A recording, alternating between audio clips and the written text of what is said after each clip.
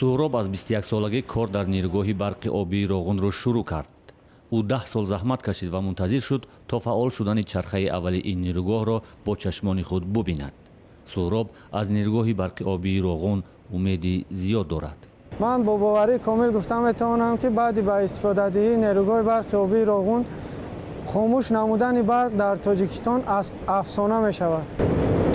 то як рӯз боқӣ мондани ба корандозии расмии чархаи аввали нирӯгоҳи барқи обии Роғун, ин чарха ба таври озмоишӣ фаъол аст. дар оғоз чархаи аввали нирӯгоҳи Роғун бо иқтидори 115 мегаватт кор хоҳад кард. пас аз пурра бунёд шудан ва фаъол шудани ҳамаи 6 чархаи нирӯгоҳ, ду чархаи аввал дубора бозсозӣ шуда ва ба иқтидори лоиҳавии 600 мегаватт ба кор хоҳад даромад. барои ба кор даровардани чархаи аввал сарбанди нирӯгоҳ 80 метр баланд бардошта шуд.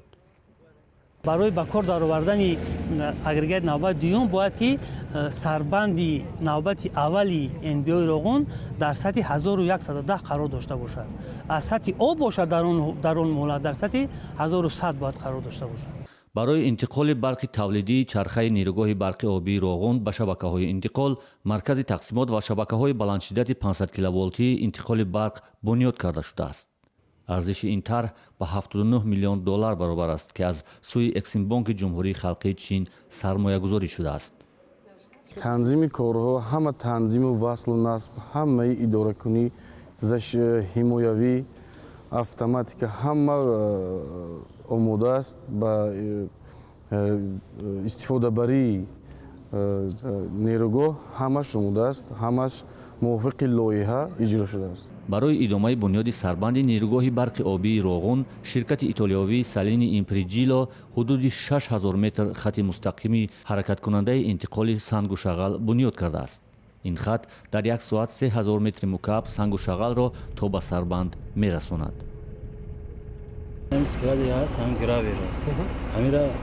амира майда када дробилкаи майда када ами камери нақати бояд ки ядро платина барад. фаъол шудани чархаи аввали нирӯгоҳи барқи обии Роғун дар ҳоле аст, ки Тоҷикистон тақрибан 2 даҳсола бебарқии шадид ва мушкилоти сангин дар пайи он бебарқиҳоро дошт. ин мушкил рӯи иҷтимои мардум ва иқтисоди кишвар нақши манфии амиқ гузошта буд. аммо ҳоло бо фаъол шудани чанд нирӯгоҳи хурду бузург ва марказҳои барқу гармидиҳӣ тақрибан ин мушкил аз байн рафт ва Тоҷикистон дар садади табдил шудан ба як кишвари содиркунандаи барқ қарор гирифтааст. барқи ҳамин Роғун зарурати асосиш вобаста ба он ки якум мо метавонем ҳамин коркарди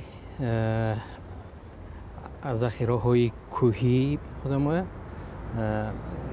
васеъ баромонем, аз ин ҳисоб ҷоҳои кори зиёде ба амал биёрем ва тавонем ки як силсила занҷири истеҳсолият то тайёр намудани маҳсулоти ниҳоӣ дар дохили кишвар ба роҳ монад. ҳама ин бебар фақат як орзу мемонаду халос. сохтумони нирӯгоҳи барқи обии Роғун аз соли 1975 шурӯъ шуда то солҳои 90-уми қарни гузашта замони шурӯъи ҷанги шаҳрвандӣ идома кард.